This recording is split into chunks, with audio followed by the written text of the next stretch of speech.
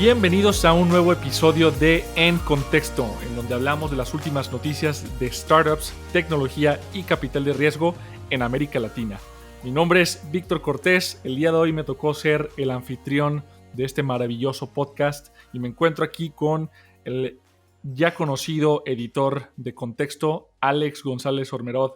Alex, ¿qué tal va todo por allá en México? ¿Cómo estás? Muy bien, aquí Víctor, el infame editor de Contexto. Qué gusto estar de vuelta en el programa. El mismísimo.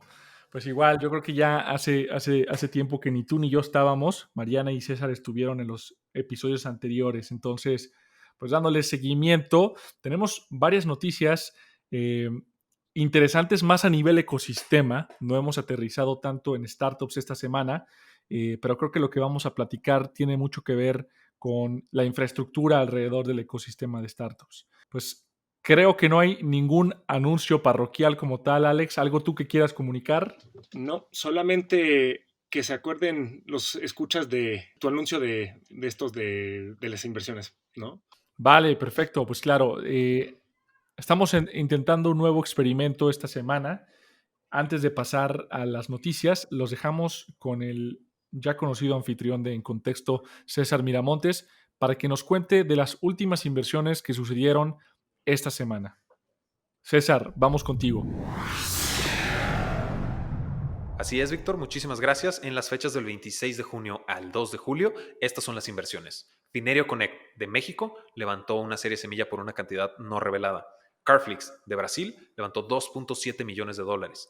También de Brasil, DeskFi levantó $245,000 en una etapa semilla. Todavía en Brasil, Speedbird Aero levantó $470,000 también en una serie semilla. Leal de Colombia levantó $2 millones en una nota convertible y Justo en México levantó $12 millones. Si quieren saber más información de los participantes en estas rondas de inversión, recuerden que todo está en la base de datos de Contexto. Ahora sí, vamos de regreso a su programa favorito, En Contexto. Kits portables y dispensables con tecnología CRISPR. Después de que Uber se va, si realmente los taxistas aprendieron algo de todo este episodio. Curioso enfoque en rentabilidad. Nadie hubiera pensado en un traductor en tu mismo idioma. Que es exactamente el target que se tiene que bancarizar. Donde hablamos de las noticias más importantes en el mundo del emprendimiento, tecnología y capital de riesgo en América Latina.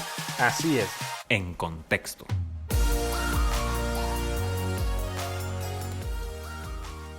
Ok, la primera noticia que tenemos para tratar esta semana involucra pues, el ya conocido fondo de inversión japonés SoftBank y de la mano de uno de los fundadores, de los cofundadores de Rappi, quienes están lanzando un fondo de soporte al ecosistema prácticamente en apoyo a la situación que se está viviendo por el COVID-19.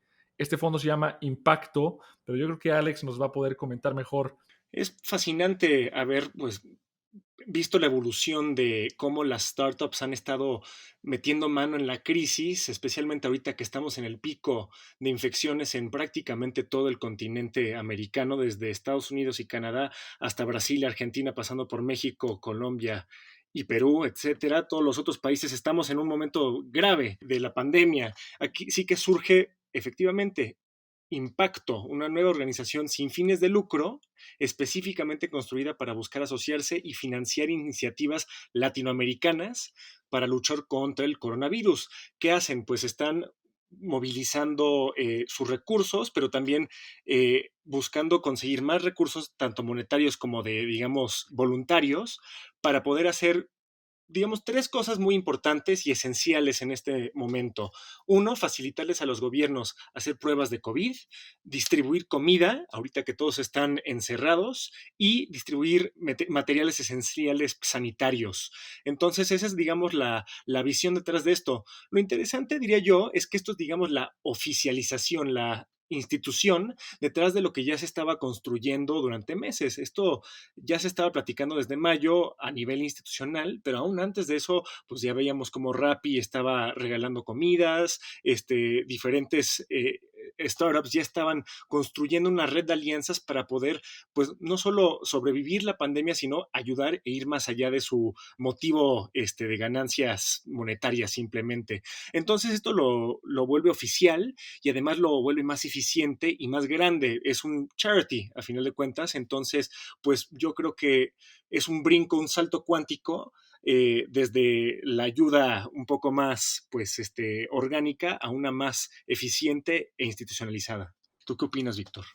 Sí, definitivamente. Y me gusta ver este tipo de iniciativas que realmente no son parte de la operación core o central de ninguno de estos participantes, ¿no? Ni de Rappi, ni de su cofundador, ni de SoftBank. Me gusta saber que están viendo más allá que lo que hacen en su día a día dentro de estas dos empresas.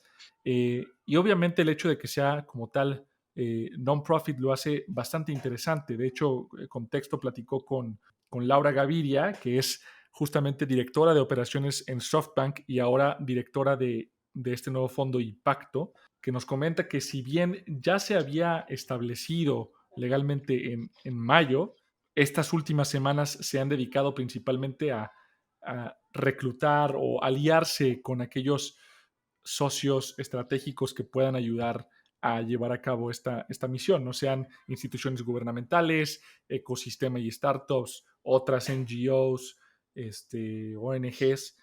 Entonces, definitivamente parece muy interesante el tema y creo que el hecho de que tengan estos conocimientos, estas mejores prácticas del mundo de startup, definitivamente les da una ventaja de poder moverse rápido frente a la incertidumbre, ¿no? Tú lo has dicho, justamente es lo que yo pensé cuando vi esto, que lo que están haciendo no es reinventar la rueda, sino que están haciendo la cosa más startup posible dentro del mundo digamos, del charity, que es el pivote. Aquí lo que están haciendo es movilizando sus recursos de una manera estratégica y más eficiente. Me interesó mucho ver cómo pues, el epicentro de estos esfuerzos inicialmente van a ser en Colombia, no porque prefieran a Colombia, y yo diría no, ni siquiera tiene que ser porque el fundador de Rappi es cofundador de Impacto, sino porque ahí está la red preexistente. Por ejemplo, están trabajando con Frubana, los de Rappi, para poder distribuir comida. O sea, ya existe una relación previa que no tienen que construir desde cero. Y en otros lugares donde están un poco menos desarrolladas también, tal vez las relaciones, como en Brasil y en México, los estarán lanzando un poco después. El reto, digamos, la meta más bien de Impacto ahorita es ayudar a 1 millón de personas más de lo que hubiera pasado sin Impacto, lo cual pues, es bastante loable, aunque pues también estamos hablando de una población de aproximadamente, pues yo diría casi la mitad de la población de Latinoamérica con estos tres Claro. grandes países, los tres más poblados. Entonces, pues 1 millón de personas es sustancial, es importante, pero claro, es una parte de un esfuerzo masivo y titánico completamente sin precedentes en el mundo. 100%. Y creo que honor a quien honor merece. Aquí hay que mencionar también a quienes son los cofundadores de Impacto. Justamente es Sebastián Mejía, presidente y cofundador de Rappi, y Ralph Wenzel, managing partner en SoftBank, quienes son los que están a la cabeza de esta iniciativa. Lo interesante es que no solo están poniendo a disposición su tiempo y recursos para ayudar a los pacientes, sino también para los médicos que están en el campo de batalla enfrentándose día a día a esta situación. Entonces, me parece muy interesante. Honestamente, no sé cómo le hacen para encontrar el tiempo para lanzar otras iniciativas más allá de lo que ya están haciendo en su día a día con sus operaciones y sus roles dentro de cada una de sus instituciones. Pero bueno, creo que es importante también hacer esa mención a las startups que están haciendo el esfuerzo extra y a los fondos que están haciendo el esfuerzo extra más allá de lo que se podría decir que les corresponde en materia de negocios únicamente. Yo estoy de acuerdo y más que nada porque las crisis siempre revelan un poco la realidad de la naturaleza de las instituciones y las personas. Y me hubiera preocupado mucho si de repente vemos a un ecosistema que se repliega o explota gente o pues, cosas negativas, y me ha dado mucho gusto ver cómo el ecosistema de startups en Latinoamérica, al menos, se ha mostrado a la altura de la ocasión. Es una emergencia, como dijimos, sin precedentes, y aún así están sobreviviendo, algunas apenitas, otras pues más o menos están adaptándose a la situación y aún así están encontrando justamente tiempo, pero también pues, yo creo que ya estaban ocupados antes de la crisis, ahora han de estar aún más ocupados y están haciendo este tipo de iniciativas, lo cual yo creo que sí merece un aplauso y es el tipo de iniciativas que pues a mí me gusta mucho cubrir. Yo estuve muy contento al hablar con Laura, la directora de Impacto, porque es el tipo de iniciativa que a final de cuentas te deja un buen sabor de boca en un momento histórico donde puede que no sea una cosa muy común últimamente. Exactamente, exactamente. Y la verdad, nos gustaría también a la audiencia abrir este espacio de conversación. ¿Qué les parece a ustedes esta iniciativa? ¿Qué opinan que podrían hacer también otras startups para apoyar durante esta situación que estamos viviendo? Que si bien ya tenemos un artículo en el que cubrimos justamente otras startups apoyando desde su trinchera, creo que salirte a veces un poco también de tu carril no está de más. Con eso concluimos la primera noticia y nos vamos a Brasil, que es justamente en donde está ocurriendo una adquisición durante tiempos turbulentos. Pues justamente, Víctor, aunque no sabemos si la negociación está ocurriendo desde antes de la pandemia, pero concurre de una manera perfecta con lo que estamos viviendo. Se anunció el 23 de junio, así que muy, muy recientemente, WEG, WEG, un fabricante multinacional de pues, autopartes, motores, anunció que había comprado una porción mayoritaria, 51% de las acciones de la startup de inteligencia artificial de nombre Invicia.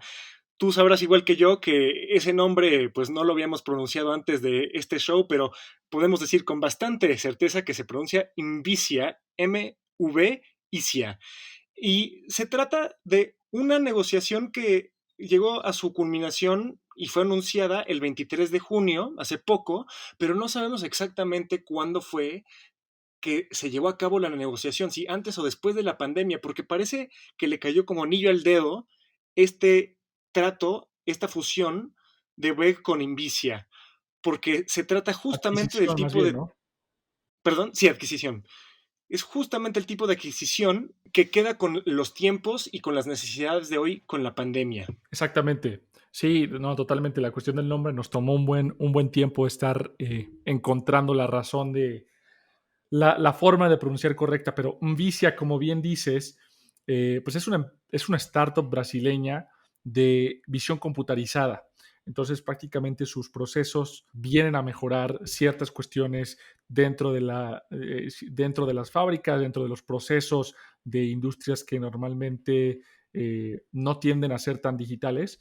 Entonces, para WEG, una empresa que se dedica justo a la manufactura de autopartes y componentes del motor. Pero, a ver, me gustaría tal vez hacer un poco de una clarificación. Estamos hablando mucho de motores y esa es, digamos, la manera más simple de hablar de WEG, pero también la cosa es que están en todo. O sea, se especializan en motores, pero están en toda la cadena de distribución, producción y utilización de energía. A final de cuentas, ellos tienen paneles solares, distribuidores, generadores eólicos, entonces están en todo, entonces solamente hay que mantener eso en mente cuando hablamos de WEG y sus motores.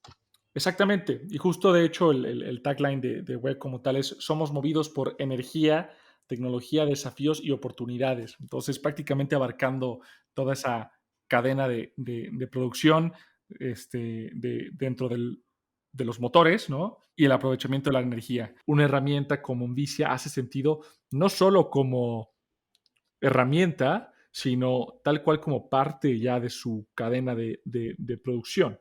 Eh, entonces, pues bueno, con esto WEG lo que quiere es entrar en esa fase de la cuarta revolución industrial, aprovechándose justamente de las fuerzas que le provee Envicia, que es pues la recopilación, la identificación y el procesamiento de la data potenciada por la visión computarizada, pero dentro de sus propios procesos de manufactura. Entonces, pues bueno, Invicia como tal va a poder seguir trabajando de manera independiente, teniendo sus propios clientes, desarrollando nuevos productos, pero ahora pues obviamente eh, parte o pasa a ser parte más bien de WEC como tal. Esto nos regresa a un punto que hemos hecho varias veces desde que inició la pandemia, pero es que parecería que la pandemia, más que cambiar mucho el mundo, está acelerando muchas cosas que ya estaban ocurriendo de una manera impresionante. La cuarta revolución industrial es una palabra que pues estaba más o menos de moda en círculos tech, pero ya empieza a ser una realidad para industrias que simplemente no concebían que iban a ser parte de esta revolución hasta bastante en el futuro. Tú y yo hablábamos de esto, Víctor, hace poco, que es la cuarta revolución industrial a nivel técnico, pues es casi una progresión natural de la revolución de la informática y la información, la inteligencia artificial, llevando a cabo de manera mucho más eficiente que cualquier ser humano muchas tareas que antes eran, pues digamos, hechas por máquinas tontas. Entonces tenías máquinas tontas, pero muy fuertes y muy eficientes, creando otras máquinas, partes, autopartes en este caso, pero ahora tenemos máquinas listas que pueden resolver problemas, pueden aprender. ¿Dónde quedan los humanos en esta ecuación? Esa es una de las preguntas filosóficas que todavía no podemos descifrar y que de hecho me da muy buen pie para hacer una pequeña primicia, un scoop, un adelanto de el próximo podcast que vamos a lanzar justamente pues en eh, contexto futurismo.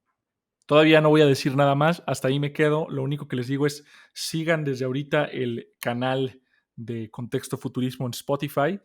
Estoy seguro que no se van a arrepentir y muchas de estas preguntas probablemente se aclaren. Mientras tanto, pues nos quedamos con la duda. Todavía es un tema que no solo tiene implicaciones tecnológicas, ¿no?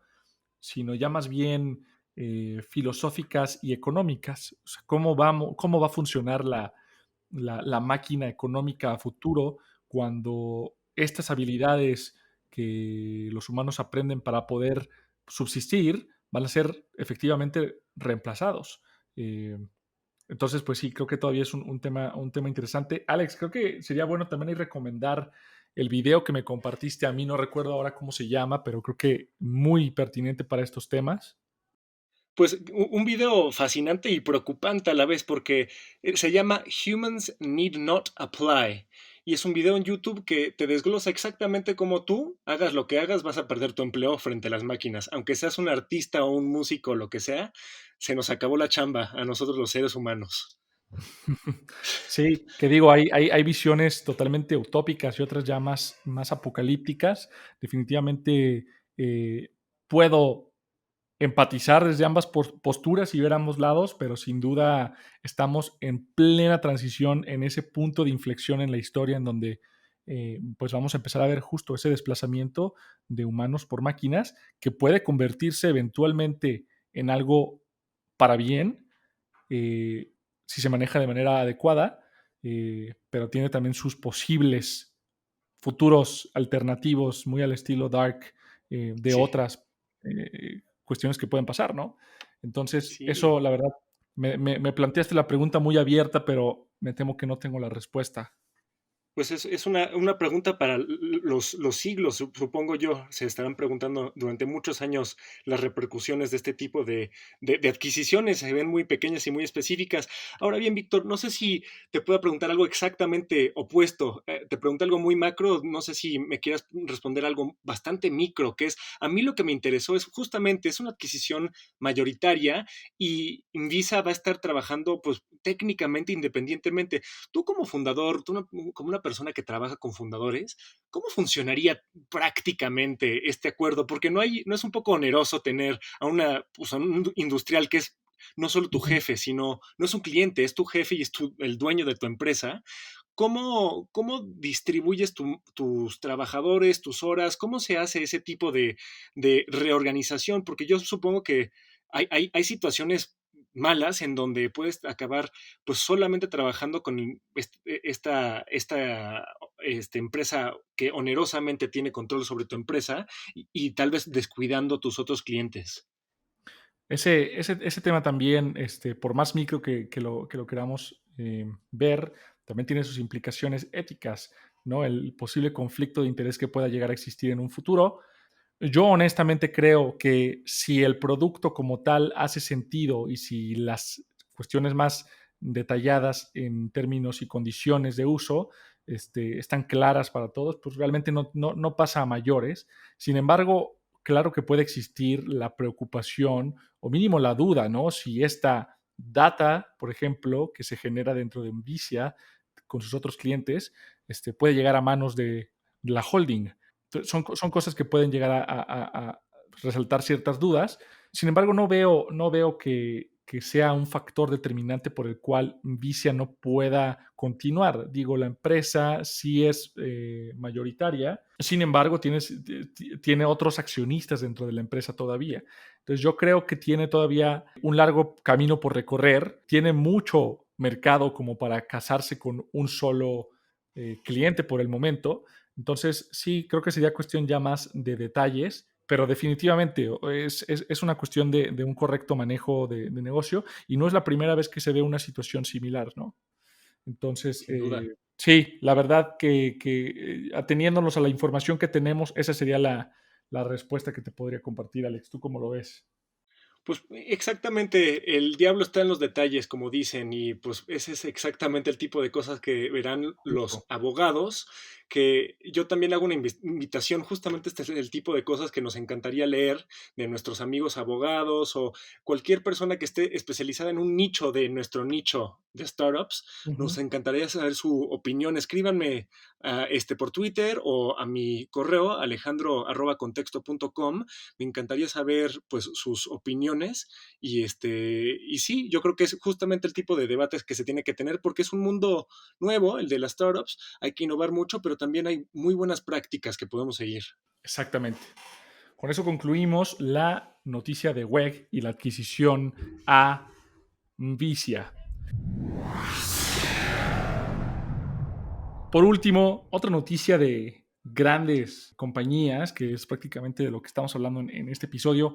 Alibaba lanza una iniciativa bastante interesante relacionada al e-commerce, particularmente en México. El partnership como tal es tratando de llegar a una cuestión de e-commerce, sí, pero más bien por el lado de la educación. Entonces, Atomic 88 o Atomic 88 junto con Alibaba Business School lanzan una asociación junto con Gene Group para promocionar y desarrollar las habilidades del e-commerce en México. Es una interesante pirámide, digamos. Lo que estamos viendo es que Alibaba, con su trifecta de aliados, están certificando, están capacitando, a final de cuentas, a 200 personas distribuidas a través de los 32 estados de México, que como saben los mexicanos son todos, y lo que eso significa es que estará llegando a muchos estudiantes que normalmente estarían excluidos de este tipo de innovación, el e-commerce. La idea es, pues, en corto plazo, capacitar a 1,000 estudiantes universitarios y lanzar 50 microempresas en cada, y les dicen aldeas, que van a estar distribuidas en los 32 estados. Entonces, lo que estamos viendo aquí es un poco la diseminación del conocimiento más allá de pues, las grandes urbes de siempre, la Ciudad de México, Guadalajara, Monterrey. Entonces, eso pues me gusta mucho, pero también, muy listos, Alibaba llega tarde al juego de el e-commerce en México al menos. Aquí reinan supremos Mercado Libre, Amazon, pero están llegando a lugares Ujú. que menos penetración tienen. Entonces, a nivel marketing está bastante bien esto también. Y sobre todo es que están llegando ya con una plataforma que les ha funcionado en otros mercados emergentes, principalmente en China, ¿no? Que es donde obviamente de donde son y donde más presencia y fuerza tienen. Ellos ya habían lanzado esta iniciativa de aldeas digitales en China y que ya ha estado corriendo por alrededor de 10 años. Entonces, sí, la iniciativa viene con su grado de capacitación tecnológica, educación en cuestiones de e-commerce, pero obviamente para ellos esto es una oportunidad de hacer networking, de traer su plataforma a la región y digamos que envolverla, empaquetarla y entregarla como un regalo bastante interesante a las personas que o ya están dentro del ecosistema de e-commerce o apenas están queriendo entrar. Entonces, a mí me parece una buena estrategia. El marketing de contenido y el marketing educativo como tal nunca va a estar de más, ¿no? Sobre todo cuando viene justamente de la boca del lobo, de las empresas grandes que ya están haciendo estas iniciativas realidad. Y a mí me interesará mucho, pues también más allá del marketing, supondría yo que las nuevas e-commerce que se estén creando aquí, 50 por aldea, estarán directamente enchufadas al sistema de Alibaba, trayéndoles pues más que vanity metrics, como sabemos, que no valen mucho, literalmente van a estar ingresando capital bastante pronto con estas nuevamente creadas e-commerce. Exactamente, que no es la primera vez que pasa. De hecho, pasó con Mercado Libre hace un par de años. Se crearon un par de empresas, startups ligadas al ecosistema de infraestructura de Mercado Libre. Incluso cuando se abrió la API de Mercado Libre, algunos suertudos pudieron hacer uso de la misma y ahora estas empresas están operando con esa ventaja competitiva de haber estado de la mano de Mercado Libre en un inicio, que esperemos sea el caso también para Alibaba. Y conociendo cómo es el mercado de e-commerce en México, en Latinoamérica, en Brasil y en otros países de la región, estoy seguro que esto va a tener un grado de penetración bastante interesante, ¿no? Porque somos realmente de las regiones que más compran en Internet y justo también la penetración móvil es lo suficientemente relevante como para que adentrarse en la región haga sentido de manera estratégica de negocios para esta empresa. Y a nivel más, digamos, amplio, pensando justo en lo que dices de la penetración de las tecnologías y relacionándolo un poco con la naturaleza de las tres noticias que hemos visto hoy, que son de empresas bastante grandes, estamos hablando de tecnología, de innovación. Las startups aquí, pues son jugadoras, pero ahora están jugando con empresas grandes establecidas, lo cual me hace preguntarme, pues justamente estaremos viviendo en el momento de la transición en que lo innovador se empieza a volver mucho más mainstream. Lo estamos viendo con las criptos, con el e-commerce, con la inteligencia artificial. Yo presiento que hay una tendencia hacia la mainstreamización de estas tecnologías que hace pues, bastante poco eran la vanguardia. Y lo podemos ver en las generaciones de abajo, ¿no? Con las nuevas redes sociales y nuevas plataformas que realmente parece que nacen, o más bien nacen de la mano de dispositivos y de acceso a la red. Entonces esto ya no es la excepción, es la norma, es la regla y probablemente de aquí el crecimiento sea totalmente exponencial. Yo creo que con eso ya cubrimos todas las noticias. Alex, ¿algo que quieras agregar? Pues yo muy contento, te doy las gracias por llevarnos de la mano en este programa. Es un gusto siempre estar por acá platicando contigo, aunque también extraña a César. César, que nos está escuchando ahí tras bambalinas. Y a la audiencia, pues de nuevo, gracias por sintonizarnos. Recuerden que nos pueden contactar a través de Twitter, de LinkedIn. A mí me pueden encontrar como @CortésVictorH. Alex, ¿a ti cómo te encontramos? Yo estoy como Alex Gonzor, con Z.